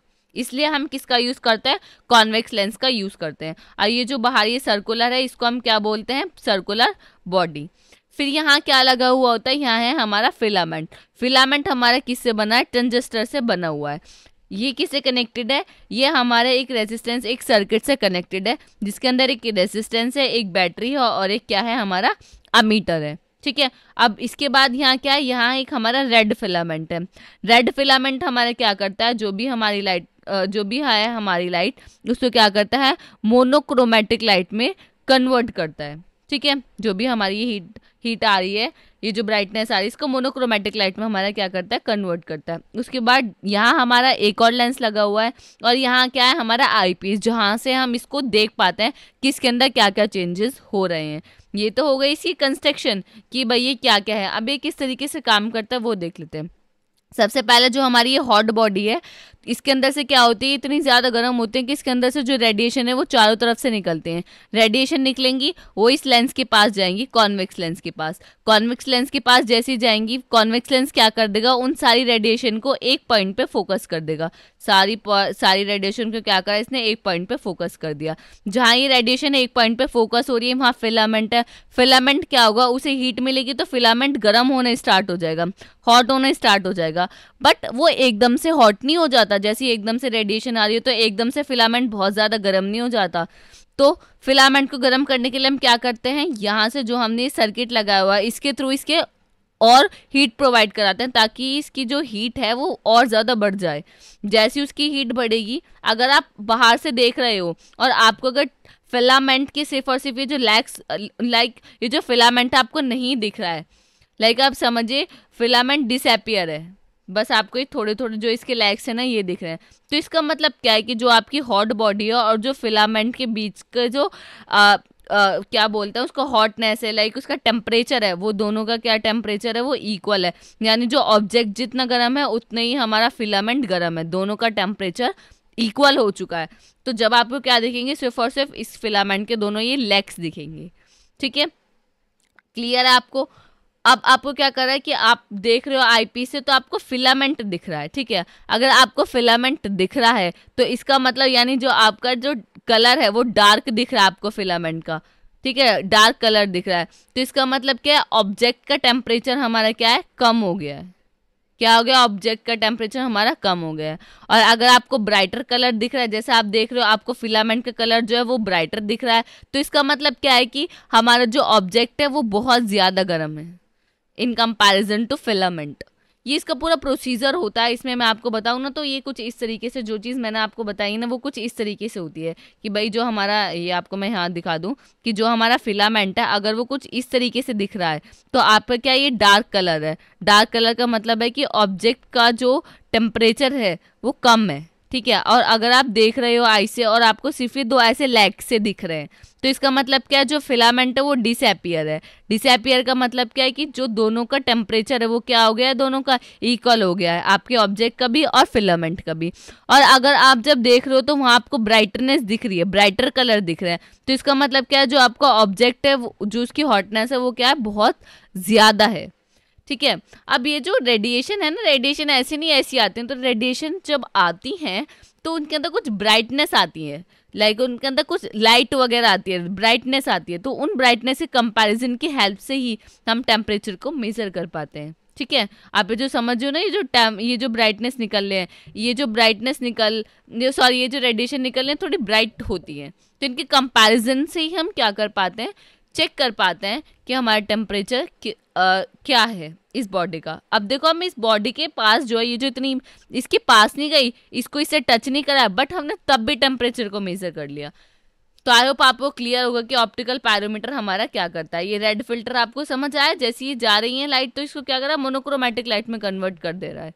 ठीक है, आई होप आपको क्लियर होगा कि हमारा ऑप्टिकल पायरोमीटर किस तरीके से काम करता है। ये पूरा इसकी वर्किंग है प्रॉपर, मैंने इसको लिखा हुआ है, मैंने आपको डायग्राम के थ्रू सब चीज़ें समझा दी हैं, वही इसके अंदर लिखे हुए हैं। ऑप्टिकल पायरोमीटर एक ऐसी डिवाइस है जिसको हम मेजर करते हैं वेरी हाई टेम्परेचर को यूज़ करने के लिए। It is mainly use to measure hot things like molten metals. ये सब किस तरीके से काम करता है, hot things glow, when something gets very hot its give off light. आपको पता है कि अगर कोई भी चीज़ बहुत ज़्यादा हम गर्म कर देते हैं ना, मेटल्स को बहुत ज़्यादा गर्म कर देते हो, ऑरेंजिस सा कलर आ जाता है, रेड ऑरेंज का कलर आ जाता है। तो ये चीज़ आपको पता है। The optical pyrometer look at this light, जो हमारा फिलामेंट होता है, अगर हम उसको बहुत ज़्यादा गर्म कर देंगे, जब उसे बहुत ज़्यादा हीट हो जाएगी तो वो एक तो ब्राइटर कलर देगा, एक डार्क कलर देगा, जो मैंने अभी आपको उसका प्रोसीजर बता दिया है। Inside the pyrometer there is an electric lamp, जिसको हम बोलते हैं फिलामेंट। जो ये हमने बोला ना फिलामेंट, एक तरीके से इलेक्ट्रिक लैम्प की तरह वर्क कर रहा है। अगर वो ग्लो हो रहा है या वो डार्क हो रहा है, उसकी हेल्प से हम देख सकते हैं कि हमारा जो टेम्परेचर है वो किसका ज़्यादा है, ऑब्जेक्ट का के आपके फिलामेंट का। ठीक है। You adjust the current to the filament unit, the filament blends in the disappear against the brightness to the hot. वही चीज़ें लिखे हुए हैं कि अगर फिलामेंट आपका डिसअपियर हो रहा है तो इसका मतलब जो आपको ऑब्जेक्ट और जो आपके जो आपकी बॉडी है उसका जो टेम्परेचर है वो क्या है, इक्वल हो चुका है। The instrument show the temperature that matches this brightness. Brightness के कंपैरिजन की हेल्प से, मैंने आपको अभी बताया कि ब्राइटनेस के कंपैरिजन की हेल्प से हम अपने टेम्परेचर को मेजर कर पाते हैं। ये वो होता है हमारा पूरा वर्किंग प्रोसेस ऑप्टिकल पायरोमीटर का। आई होप आपको क्लियर होगा कि ऑप्टिकल पायरोमीटर हमारा होता क्या है। नेक्स्ट आपका टॉपिक है mass flow rate. Mass flow rate क्या होता है? Mass flow rate means how much mass of fluid is moving पर सेकेंड, कि पर सेकेंड में हमारा कितना फ्लूइड मूव हो रहा है, उसको हम बोलते हैं मास फ्लो रेट। वही होता है कि एक सेकेंड में कितना जो हमारा फ्लूइड है वो फ्लो हो रहा है। ठीक है। Let tell us how fast a liquid और गैस इज फ्लो। आपका ये बताता है, ये आपको क्या बताता है मास फ्लो रेट, कि आपका जो गैस या लिक्विड है वो कितनी तेजी से फ्लो कर रहा है। ये आप केजी पर सेकेंड पे भी मेजर कर सकते हैं। अब एक जो इसमें आता है वो वेंचुरी मीटर होता है। वेंचुरी मीटर एक ऐसा डिवाइस है जिसकी हेल्प से आप जो आपके पाइप्स होते हैं ना, जो आपके ये जो पाइप वगैरह होता है उनके अंदर से मेज़र कर पाते हैं किसको, उनके फ्लो रेट को, कि भाई जो अगर इस पाइप में इतना पानी जा रहा है, बहुत तेज़ी से पानी जा रहा है, तो इस पानी का जो फ्लो रेट है वो क्या है, तो वो आप वेंचुरी मीटर से मेज़र कर सकते हो। अब ये देख लेते हैं किस तरीके से काम करता है venturi meter. It work bye narrow the pipe in the middle which make the fluid speed. ये क्या करता है, ये डायमीटर, यहाँ का जो डायमीटर वो बहुत ज़्यादा होता है। जैसे आप बीच में देखोगे तो यहाँ क्या डायमीटर बहुत ज़्यादा कम है, फिर से डायमीटर ज़्यादा है, तो इसी के बेस पे ये क्या करता है, मेज़र कर पाता है क्या, फ्लूइड के फ्लो रेट को। अब देख लेते हैं इसका पूरा वर्किंग प्रोसेस, तो आपको ज़्यादा अच्छे से समझ आएगा। ठीक है। फर्स्ट आपको क्या लिखा है, fluid flow inside the wide inlet. ये जो वाइड इनलेट है यहाँ से आपका क्या आएगा, फ्लूइड अंदर आएगा। ठीक है, फ्लूइड अंदर आ रहा है, ठीक है, कोई दिक्कत नहीं। When the fluid reach the narrow throat, narrow throat क्या होता है, ये नैरो मतलब पतला। ये देखो पहले तो ये ऐसा होएगा, ऐसा है, फिर ये ऐसा थोड़ा पतला सा है। यहाँ का जो डायमीटर वो बहुत ज़्यादा है, यहाँ का डायमीटर बहुत ज़्यादा कम है, देन ऐसा है, कुछ इस तरीके से है। तो जैसे आपका जो फ्लूइड है वो यहाँ ठीक है फ्लो कर रहा है, जैसे वो थ्रोट पे पहुँचेगा, थ्रोट पे पहुंच के नैरो थ्रोट पे पहुंचेगा तो उसकी स्पीड तो ज़्यादा हो जाएगी और क्या होगा, प्रेशर बहुत ज़्यादा कम हो जाएगा, क्योंकि एरिया कम है। एरिया आपको पता है ना, प्रेशर और एरिया का इन्वर्सली प्रोपोर्शनल होता है। तो यहाँ क्या हो जाएगा, जो प्रेशर है वो क्या हो जाएगा, डाउन हो जाएगा। जैसे प्रेशर डाउन हो जाएगा, when major pressure at wide part and the pressure at the narrow part. अब हम क्या करेंगे, कोई भी प्रेशर, लाइक हमारे पास प्रेशर मेजर करने के लिए काफ़ी सारे इंस्ट्रूमेंट है, तो हम क्या लगा देंगे, यहाँ पे भी और यहाँ पे भी एक इंस्ट्रूमेंट लगा देंगे, जिसके हेल्प से हम क्या कर पाएंगे, प्रेशर को मेजर कर पाएंगे। Using the difference in pressure we can measure the speed of the fluid. हमने क्या करा, जैसे ही यहाँ गया, ठीक है, आप खुद समझो, फ्लूइड चल रहा है, चढ़ा बड़ी तेजी से, जैसे ही यहाँ गया तो यहाँ क्या एक नैरो छोटी जगह है, तो छोटी जगह से जो पानी है वो बहुत ज़्यादा तेज से जाएगा, तो यहाँ क्या प्रेशर बहुत ज़्यादा बढ़ जाएगा, जिसकी हेल्प से जो ये वाला प्रेशर है P1 और P2, आप समझिए यहाँ P1 जो है, यहाँ P1 का प्रेशर, यहाँ जो प्रेशर वो P1 है, ये है P2, इन दोनों के प्रेशर के डिफरेंस को हम मेज़र करके पता लगा सकते हैं कि जो हमारा फ्लूइड फ्लो कर रहा है उसका फ्लोइंग रेट हमारा क्या है। आई होप आपको क्लियर होगा। देखो ये आप देख रहे हो, ये जो ट्यूब लग रही है तो इसके क्या है, आपको समझ लो जैसे यूट्यूब था ना, अभी हमने पढ़ा था, तो उसके हेल्प से हम क्या कर रहे थे, प्रेशर को ही तो मेजर कर रहे थे। तो ये वही है, वही समझ लीजिए आप कि ये क्या है, यूट्यूब है, जिसकी हेल्प से हम क्या कर रहे हैं, प्रेशर को मेजर कर रहे हैं, और हमें पता चल रहा है कि इस प्रेशर और इस प्रेशर, इन दोनों के प्रेशर के डिफरेंस में क्या जो भी डिफरेंस आता है उसकी हेल्प से हम क्या कर पाते हैं, प्रेशर को मेजर कर पाते हैं। या आप जो हाइट है, जैसे मैंने आपको बताया कि भाई ये जो प्रेशर, ये H1 हाइट है, ये हमारी हो गई H2। जब प्रेशर ज़्यादा होगा तो पानी एकदम से ऊपर की तरफ भागेगा, तो इनकी हाइट में भी चेंजेस आएगा। या तो आप हाइट के चेंजेस से निकाल लीजिए या आप प्रेशर के चेंजेस से निकाल लीजिए, तो वहाँ से आप क्या करेंगे, इसके रेट को पता लगा पाएंगे। आई होप आपको क्लियर होगा कि किस तरीके से आपका काम करता है वेंचुरी मीटर। अब इसमें प्रॉपर इसमें वर्किंग लिखे हुआ है, वो आप पढ़ लीजिएगा। डायग्राम आपको कुछ इस तरीके से ही प्रॉपर बना के आना है। यहाँ डायमीटर ज़्यादा होता है, कम है, इस तरीके से, ठीक है। आई होप आपको क्लियर होगा कि किस तरीके से हमारा काम करता है। अब बढ़ते हैं अपने नेक्स्ट टॉपिक की तरफ, जो कि हमारा ऑरिफिक मीटर। ऑरिफिक मीटर भी क्या होता है? Orifice meter is a device use to measure the flow rate of the fluid like water, gas in a pipe. Pipe के अंदर ये भी सेम ही काम करता है ऑरिफिक मीटर। ऑरिफिक मीटर भी हमें हम यूज़ करते हैं। ये कैसी डिवाइस है जिसे हम यूज़ करते हैं किसी भी पाइप के अंदर फ्लो रेट, फ्लूइड के फ्लो रेट को पता लगाने के लिए, ठीक है। It work by putting a plate with a small hole inside the pipe. इसमें हम क्या करते हैं, ऑरिफिक जो मीटर होता है ना, उसकी कंस्ट्रक्शन से आप समझ जाएंगे कि किस तरीके से हमारा काम करता है, ठीक है। मैं आपको इसकी कंस्ट्रक्शन एक बार बता देती हूँ कि किस तरीके से हमारा ये काम करता है। ऑरिफिक मीटर में क्या होता है, ये हमारा जस्ट एक लाइक पाइप है, ठीक है। ये हमारा पाइप है।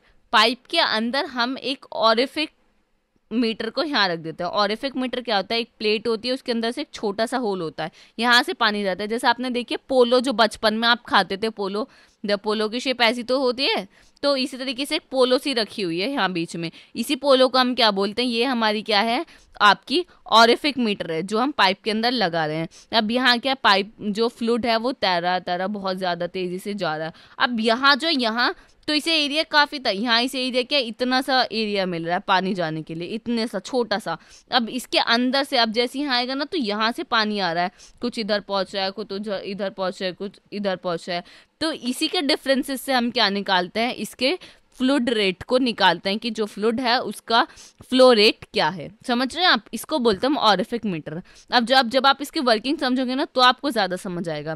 पहले क्या है, fluid flow through a pipe. Fluid क्या है, सिंपली पानी के अंदर जो आपका पाइप है उसके अंदर जस्ट फ्लो कर रहा है। The orifice plate is placed in the pipe. जो ऑरिफिक प्लेट है, मैंने इसको क्या कर दिया, मिडल में इसको रख दिया है, पाइप के मिडल में इसको रख दिया। देखो ये रहा।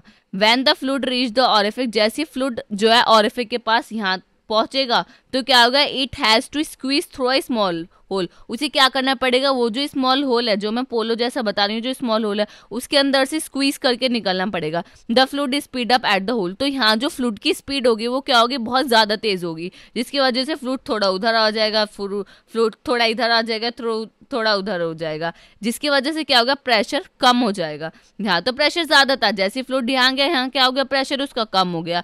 तो we measure the pressure before and after the orifice. Orifice से पहले जो ये पाइप है, ऑरिफिक से पहले इस फ्लूइड का प्रेशर P1 था, इसका P2 था। तो ये जो प्रेशर हमें क्या करना है, मेजर करना है ऑरिफिक से पहले और ऑरिफिक के बाद में। Using this pressure difference we calculate how the fluid is moving fast. इन टेम्परेचर डिफरेंस जो P1 और P2 है, इसके डिफरेंसेस से हम क्या निकाल सकते हैं, निकाल सकते हैं कि जो आपका फ्लूइड है उसका फ्लो रेट क्या है। ये आपका पूरा वर्किंग प्रोसीजर है आपका ऑरिफिक मीटर का। ऑरिफिक मीटर आपका इसी तरीके से काम करता है जैसे मैंने आपको पूरा एक्सप्लेन किया है। आई होप आपको क्लियर होगा कि ऑरिफिक मीटर आपका किस तरीके से काम करता है, ठीक है। अगर आप इसको ऐसे याद रखोगे तो आप कभी नहीं भूलोगे, आएगा तो एग्जाम में आप जैसे इसका डायग्राम बनाकर आ जाएंगे। ये अप स्ट्रीम है, ये डाउन स्ट्रीम है। यहाँ मैनोमीटर का यूज़ करते हैं जिसकी हेल्प से हम प्रेशर को मेज़र कर पाते हैं, ठीक है।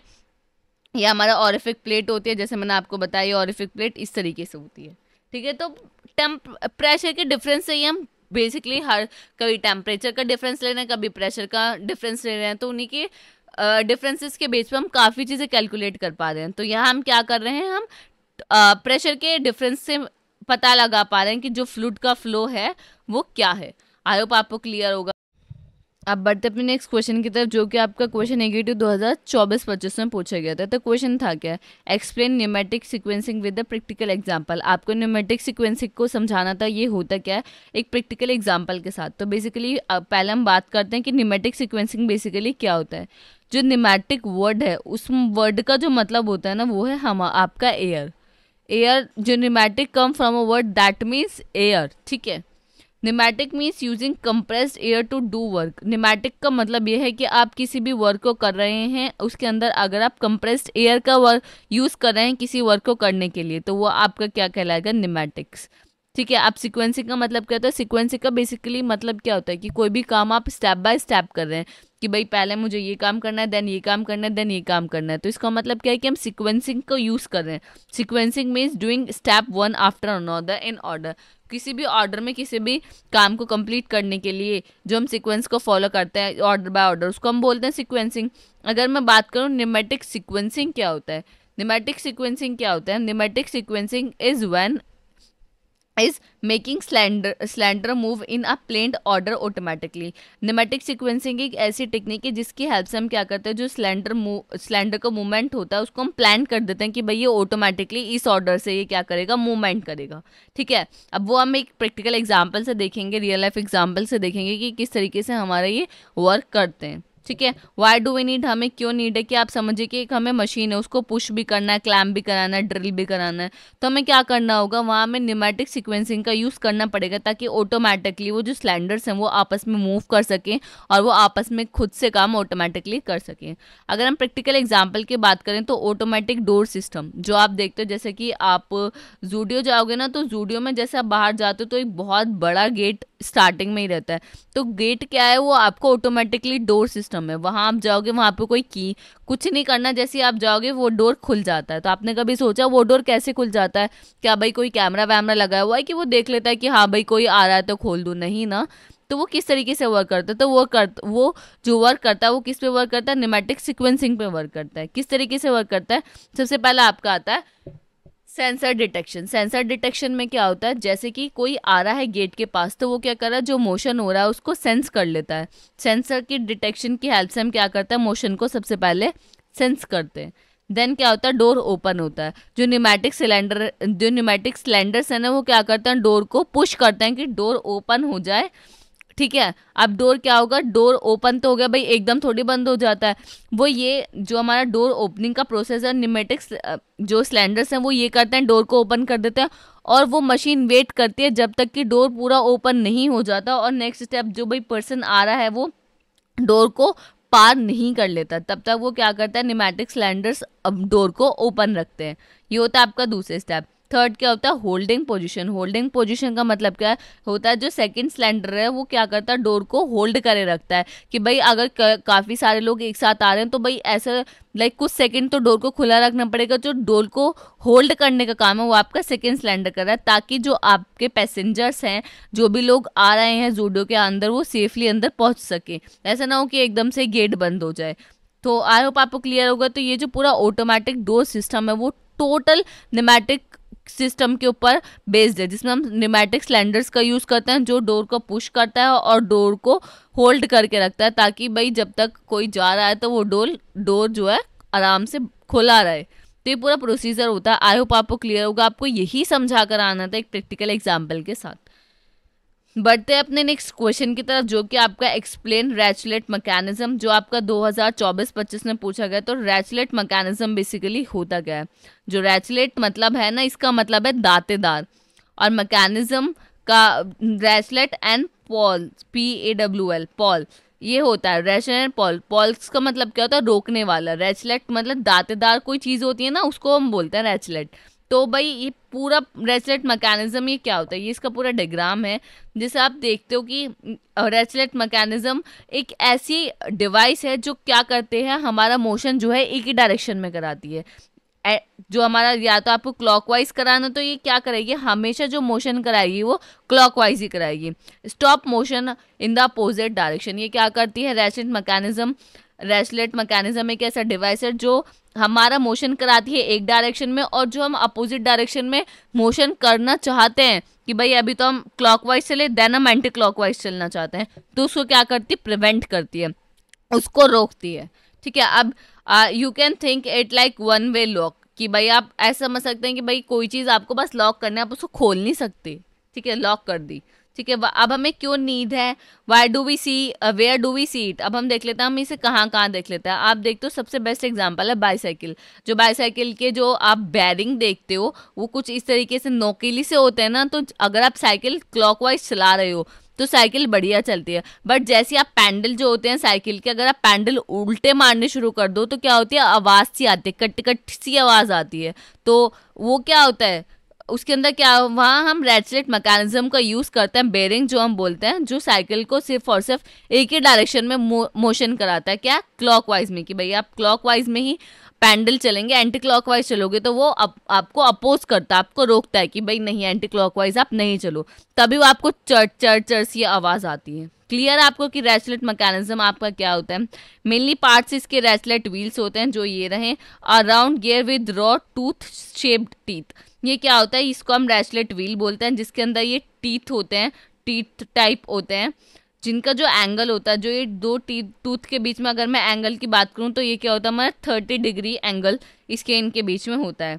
Then pawl a small lever that lock into the teeth preventing backward motion. ये जो लगा हुआ था इसको हम पॉल बोलते हैं, जो क्या करता है, हमारा बैकवर्ड मोशन से हमें प्रिवेंट करता है। इस स्प्रिंग क्या करती हैं, keep the Paul pressed against the wheel. ये जो स्प्रिंग्स हैं ये क्या करती हैं, हमें रोकती हैं। अगर लाइक ये शाफ्ट जो है, ये मूवेबल पेन है, अगर ये कहीं अलग डायरेक्शन में मूव कर रहा है तो स्प्रिंग क्या करते हैं, उसको उसकी पोजीशन में दोबारा लेके आते, खींच के लेके आते कि नहीं तो वहाँ नहीं जाना, तुम्हें यहीं रहना है, ठीक है। तो ये इसके क्या होता है, ये मेन पार्ट्स होते हैं। Why do you turn the wheel forward? The ball slides smoothly over the teeth. The wheel rotate freely. अब भाई ये जो पूरा प्रोसीजर है ये मैं आपको बता दूं, ये स्प्रिंग होती है, ये जो होता है ये हमारा आर्म होता है, ये हमारा इसको पूरा शाफ्ट बोलते हैं, ये टूथ होता है, ये मूवेबल पिन होता है। अब जैसे आप बेरिंग की बात कर रहे थे ना साइकिल के अंदर, जस्ट उसकी तरह ही होता है। ये क्या करता है, ये ऐसे ऐसे क्लॉकवाइज डायरेक्शन में होना, अगर ये मूवेबल है, अगर ये एंटी क्लॉकवाइज में कर देता है तो जस्ट इसको क्या कर देता है, इसको अपोज कर देता है, ये रोक देता है कि नहीं भाई तुम्हें नहीं करना है एंटी क्लॉकवाइज में काम। तो रेचलेट मैकेनिज्म आई होप आपको क्लियर होगा। साइकिल के बेरिंग से याद रखेंगे तो आपको कभी नहीं बोलेंगे। अभी इसके अंदर पूरा सब चीज़ें लिखे हुए हैं, आप इसको एक बार पढ़ लेंगे तो आपको काफ़ी आसानी हो जाएगी, ठीक है। बढ़ते अपने नेक्स्ट क्वेश्चन की तरफ, जो आपका AKT 2022 से इसमें पूछा गया था। सीबैक इफेक्ट जो मैंने अभी आपको बताया था वो आपको बताना था, वर्किंग प्रिंसिपल थर्मोकपल का बताना था डायग्राम के साथ, एडवांटेजेस एंड डिसएडवांटेजेस बतानी थी। तो थर्मोकपल मैंने आपको बता दिया क्या करता है, टेम्परेचर को मेजर करता है। सीबैक इफेक्ट क्या है, सीबैक इफेक्ट मैंने अभी आपको बताया था, एक दो जंक्शन लेते हैं, एक हॉट जंक्शन लेते हैं, एक कोल्ड जंक्शन लेते हैं, दो डिफरेंट मेटल लेते हैं, कॉपर और आयरन, दोनों को कनेक्ट करते हैं, दोनों को यहाँ से हीट प्रोवाइड करते हैं, इलेक्ट्रॉन फ्लो होता है, करंट इंड्यूस होता है, वोल्टेज चेंज होता है, टेम्परेचर का मेजर कर लेते हैं। ये प्रॉपर होता है हमारा सीबैक इफेक्ट, जो आपको ये पूरा डायग्राम बनाकर आना था, ठीक है। अब ये सब चीज़ें ये आप खुद से पढ़ लें, क्योंकि मैं अभी आपको थर्मोकपल काफ़ी अच्छे से पढ़ाया हुआ है। ये तो स्पेसिफिकली क्वेश्चन आया था तो क्वेश्चन मैं आपको अच्छे से समझा रही हूँ, ठीक है। प्रॉपर आपको नोट्स मिलेंगे इसका कि आपको किस तरीके से इसका आंसर लेकर आना है, ठीक है। एडवांटेजेस की बात करूँ तो प्रैक्टिकल बेनिफिट्स इससे काफ़ी हैं। वेरी हॉट प्लेस पे भी ये काम करता है, क्विक रिस्पॉन्स करता है, टेम्परेचर चेंज पे भी काम करता है, इजी टू यूज़ है, simple to install, give quickly reading दे देता है, ऐसा नहीं कोई ज़्यादा मेंटेनेंस की ज़रूरत हमें इसकी नहीं होती। डिसएडवांटेजेस क्या है, limitation, not accurate at some other sensors. काफ़ी सेंसर लाइक सेंसर्स पे, बहुत सारे सेंसर्स पे ये अच्छे से काम नहीं कर पाता। Can be affordable by surrounding conditions, affected by surrounding conditions, जबकि एनवायरमेंटल या सराउंडिंग कंडीशंस है उससे भी ये क्या होता है, बहुत ज़्यादा अफेक्ट हो जाता है। कॉमन इश्यूज के अंदर क्या है, रीडिंग गलत आ रही है, कैलिब्रेशन नहीं कैलिब्रेशन की हमें ज़रूरत पड़ रही है, प्रिसाइज मेजरिंग में ज़्यादा अच्छा नहीं है। तो ये इसकी कुछ डिसएडवांटेजेस है जो आप एक बार पढ़ लें तो आपको काफ़ी अच्छे से समझ आएगा कि थर्मोकपल हमारा किस तरीके से इसका पूरा वर्किंग प्रोसीजर हम आपका काम करता है। सीबैक इफेक्ट मैंने आपको बताया, आपको इसमें क्या बताना था, सीबैक इफेक्ट बताना था, डायग्राम उसको बताना था, उसका थर्मोकपल के बारे में बताता है, एडवांटेजेस और डिसएडवांटेजेस प्रॉपर मैंने आपको सब बता दिया। आई होप आपको क्लियर होगा। बढ़ते हैं अपने नेक्स्ट क्वेश्चन की तरफ, जो आपका AKT 2022 से इसमें पूछा गया था। Bourdon tube based pressure measure device, ही मैंने ऑलरेडी हम कवर कर चुके हैं अभी ऊपर काफ़ी अच्छे से, वो आपको बताना था। आपको bounded and unbounded strain gauge के बीच में डिफरेंसेस बताना था। अगर मैं बात करूँ स्ट्रेन गेज क्या है, आप कोई भी डिवाइस है आप उसको खींच रहे हैं, ठीक है, आप उसको खींच रहे हैं तो उसके डायमेंशन में चेंज आया ना, उसकी डायमेंशन अगर D1 थी तो खींचने के बाद स्ट्रेच और कंप्रेस करने के बाद उसकी डायमेंशन D2 हो गई। तो जो डायमेंशन चेंज हुई है अगर आपको उसको मेज़र करना है तो उसके लिए एक डिवाइस आती है जिसको हम बोलते हैं स्ट्रेन गेज। स्ट्रेन गेज की हेल्प से आप क्या कर सकते हो, किसी भी ऑब्जेक्ट की या किसी भी मटेरियल की जो भी उसके अंदर डायमेंशन में चेंज आया उसको क्या कर सकते हो, मेज़र कर सकते हो, ठीक है। अब बाउंडेड और अनबाउंडेड क्या लगा दिया इनके अंदर, वो अब हम देख लेते हैं कि बाउंडेड हमारा क्या होता है स्ट्रेन गेज, और अनबाउंडेड स्ट्रेन गेज हमारा क्या होता है। बाउंडेड स्ट्रेन गेज हम इसलिए बोलते हैं क्योंकि अगर हम किसी भी ऑब्जेक्ट का हमें डायमेंशन को मेजर करना होता है, लाइक इस ऑब्जेक्ट के हमें डायमेंशन में जो भी चेंजेस हुए हैं उसको मेजर करना है, तो जस्ट हम इससे डायरेक्टली क्या करते हैं, डायरेक्टली स्ट्रेन गेज को इससे कनेक्टेड कर देते हैं, तो उसको हम बोलते हैं बाउंडेड स्ट्रेन गेज। लाइक आप समझिए, a strain gauge is glue directly on the surface of the object being tested. For example हमें इस सरफेस का टेस्ट करना है, डायमेंशन में इसमें क्या चेंज आया है, तो हम लाइक समझ तो फेविकॉल लिया, आप ऐसे समझो कि फेविकॉल लिया, इसके ऊपर हमने उसको चिपका दिया है स्ट्रेन गेज को, डायरेक्टली हम उसको अटैच कर लेते हैं, इसलिए हम बोलते हैं bounded strain gauge. When the object bend और स्ट्रेच, द गेज स्ट्रेच और कंप्रेस अलोंग विद इट। अब क्या होगा, अगर हम इस सरफेस में जो भी मटेरियल है उसको स्ट्रेच करेंगे तो जो आपका स्ट्रेन गेज है वो भी आपका क्या होगा, स्ट्रेच भी होगा और कंप्रेस्ड भी होगा।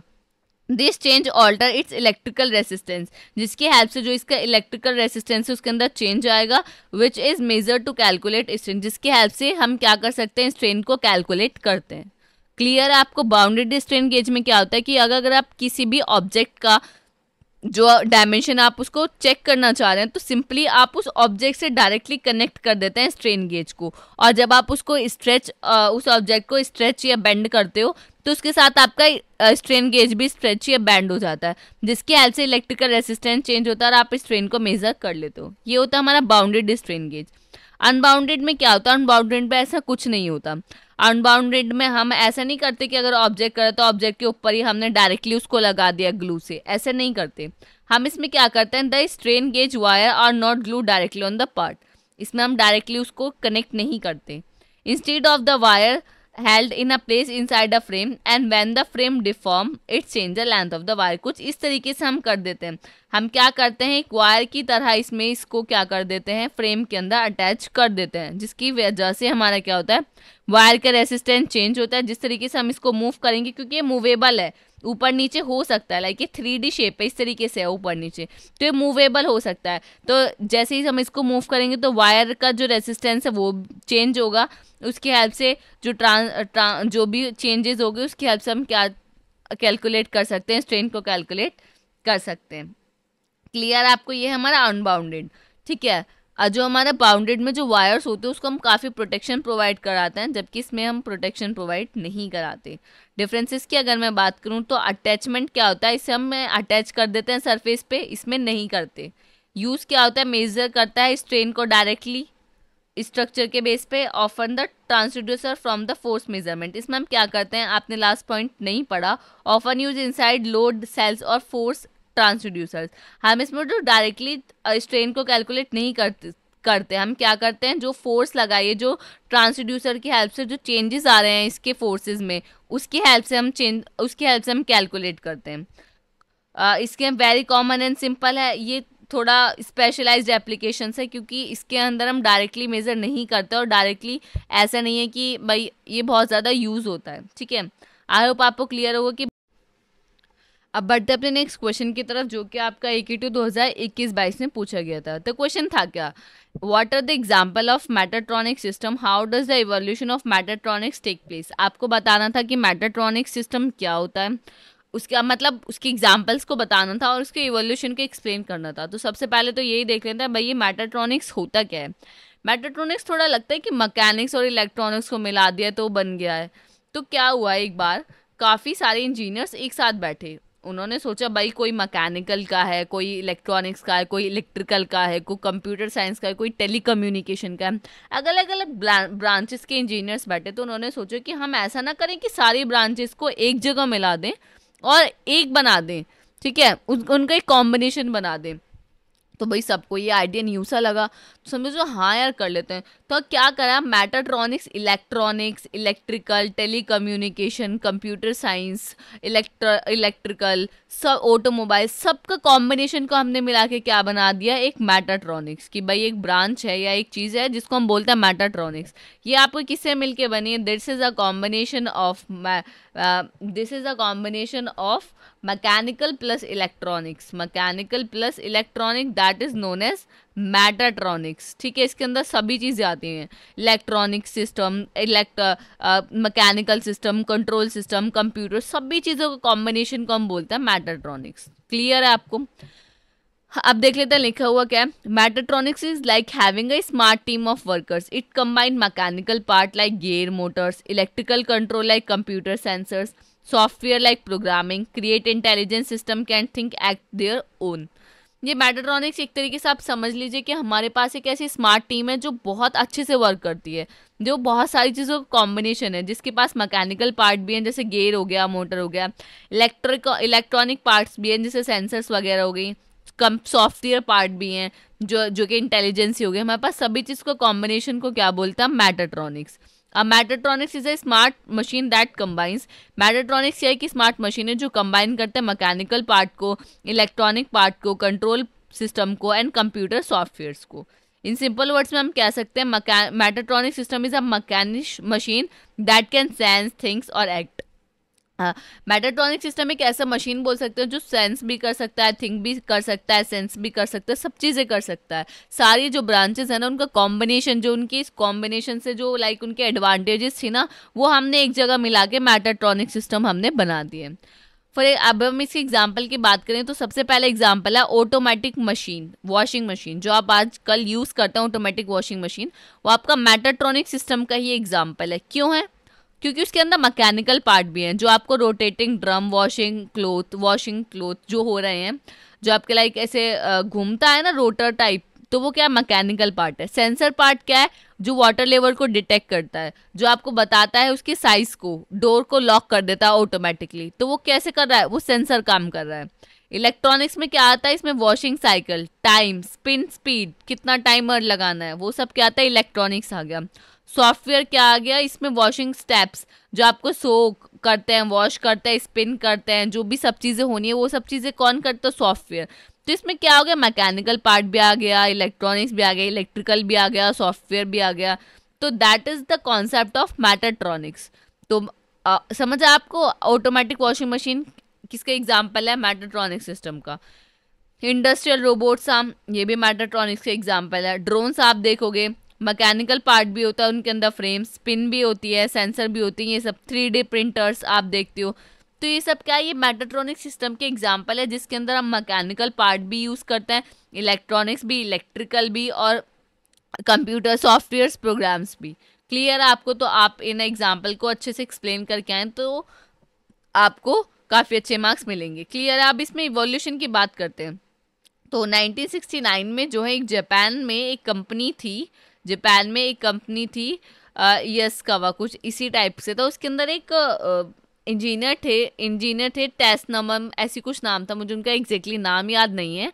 तो उन्होंने क्या करा, वहाँ से हमारा मैटाट्रॉनिक सिस्टम का इवोल्यूशन हुआ था, वहाँ से स्टार्ट होता है जापान से 1969 में, वहाँ से हमारा इसका एवोल्यूशन स्टार्ट हुआ था। ठीक है, अगर हम इसके एवोल्यूशन की बात करें तो आप इसका ये डायग्राम बनाकर आ सकते हैं। डिटेल एवोल्यूशन की अगर हम बात करें तो सबसे पहले जो हमारा अर्ली एरा था, सबसे पहला जो हमारे स्टार्ट हुए थे, हमारा मैकेनिकल एरा स्टार्ट हुआ था, जिसमें हम जो मैकेनिकल की चीज़ थी, मैकेनिक्स की चीज़ थी, वो उनका ज़्यादा यूज़ कर रहे थे। Like simple machine with gears and Motors. हमारे पास क्या थी? सिंपल मशीन से होती थी, जिनके अंदर गियर होते थे, मोटर होते थे, उनकी हेल्प से ही हम काम करते थे। मैनुअली कंट्रोल एंड स्विच, हम उनको क्या करते थे, कोई ऐसा नहीं कि वो ऑटोमेटिकली कुछ काम नहीं कर पाती थी, मैनुअली हमें जाके सारा काम करना पड़ता था। उनको कंट्रोल कैसे करना है, कब चलाना है, कब बंद करना है, सब चीज़ें हम खुद करते थे। उस एरा को हम बोलते हैं मैकेनिकल एरा, जो हमारा अर्ली डेज में था। जैसे कि आप समझ सकते हैं कि जो बेसिक वॉशिंग मशीन थी, मैकेनिकल वॉचेस थी, देखते थे आप पहले टाइम में कितनी बड़ी बड़ी वॉचेस आती थी, बहुत बड़ी बड़ी। आज के टाइम पे डिजिटल वॉच है। तो क्या है, वो एरा कौन सा था? मैकेनिकल एरा, जहाँ मैकेनिकल की चीज़ों को ज़्यादा यूज़ कर रहे थे। नेक्स्ट आया आपका एरा जो मिडल पीरियड था, वो आपका था इलेक्ट्रोमैकेनिकल एरा। मैकेनिकल एरा तो चल ही रहा था, उसके अंदर इलेक्ट्रो और आ गया, यानी इलेक्ट्रॉनिक कंट्रोल और इसके अंदर ऐड हो गया। इसमें ऑटोमेशन स्टार्ट हो गया, like automatic washing machine, electronic calculators, वो सब का इवोल्यूशन स्टार्ट हो गया कि हाँ भाई कुछ चीज़ें हम ऑटोमेटिकली करा सकते हैं। तो वो था वो कौन सा पीरियड था? आपका मिडल पीरियड। नेक्स्ट आया आपका करंट, जो आज के टाइम चल रहा है, जिसको हम बोलते हैं मॉडर्न मैटाट्रॉनिक्स। इसमें क्या है? फुल कंप्यूटर इंटीग्रेशन हम एडवांस ऑटोमेशंस के साथ यूज़ करते हैं, जिसके अंदर हमारे स्मार्ट होम्स आ गए, ऑटोनोमस व्हीकल्स आ गई, इंटरनेट की कनेक्टिविटी आ गई, ऑटोमेटिक वॉशिंग मशीन आ गई, 3D कैमराज आ गए, प्रिंटर्स आ गए। तो ये आज का टाइम है जिसमें हम जी रहे हैं, करंट एरा, जिसको हम बोलते हैं मॉडर्न मैटाट्रॉनिक्स। एडवांस मैटाट्रॉनिक्स जो हम बोलते हैं, जो हमारा फ्यूचर है। फ्यूचर क्या है हमारा? AI, आर्टिफिशियल इंटेलिजेंस, जिसमें हमारे पास रोबोट्स होंगे, स्मार्ट सिटीज़ होंगी, सेल्फ लर्निंग सिस्टम होगा। तो वो है हमारा फ्यूचर, जिसको हम बोलते हैं एडवांस मैटाट्रॉनिक्स। ये आपका इसका इवोल्यूशन है, ये आपका इसी इवोल्यूशन का डायग्राम है। तो आई होप आपको क्लियर होगा। आप इसको डायग्राम को बनाकर आएंगे तो आपको काफ़ी अच्छे मार्क्स मिलेंगे। ठीक है, बढ़ते अपने नेक्स्ट क्वेश्चन की तरफ, जिसमें आपका AKT 2022 से इसने पूछा था, explain the merits and demerits of mechatronic system. Mechatronic system के एडवांटेजेस एंड डिसएडवांटेजेस को आपको एक्सप्लेन करना था। सबसे पहले एडवांटेजेस यानी मेरिट्स की बात कर लेते हैं। तो ऑटोमेशन का मतलब क्या है कि सब चीज़ें ऑटोमेटिकली हो रही है, ह्यूमन को टाइम बच रहा है, उनको इतना एफर्ट्स नहीं डालने पड़ रहे हैं। ठीक है, तो वहाँ हमारा क्या है, ह्यूमन को हेल्प करना कम हो रहा है। Machines can work automatically without human help. Machine खुद ही अपने इंटेलिजेंस की हेल्प से सब चीज़ें काम कर रही हैं, जिससे हमारा टाइम कम हो रहा है, टाइम बच रहा है। और भाई हमें तो अच्छा लग रहा है कि ये सब चीज़ें ऑटोमेटिकली हो रही हैं, बट वो हमारी हेल्थ के लिए, हाँ एक तरीके से देखें तो हेल्थ को बहुत ज़्यादा अफेक्ट करती हैं, बट एडवांटेज में काउंट होता है ये ऑटोमेशन। नेक्स्ट है हाई एक्यूरेसी। हाई एक्यूरेसी का मतलब क्या है कि आज के ह्यूमन से अगर आप कोई भी कैलकुलेशन कराओगे तो वहाँ चांसेस रहेंगे कि भाई वहाँ हमारी मिस्टेक्स हो जाएगी। बट अगर आप जो आपके आजकल स्मार्ट कैलकुलेटर्स हैं उन सबसे कराओगे तो वहाँ हमारे हाई एक्यूरेसी मिलती है। ये किसी भी चीज़ में अगर आप काम कराओगे, फैक्ट्रीज के अंदर अगर आप रोबोट्स वगैरह का यूज़ करोगे तो वहाँ आपको हाई एक्यूरेसी मिलेगी। बेटर क्वालिटी तो ऑब्वियसली मिलेगी, एरर्स नहीं आएंगे।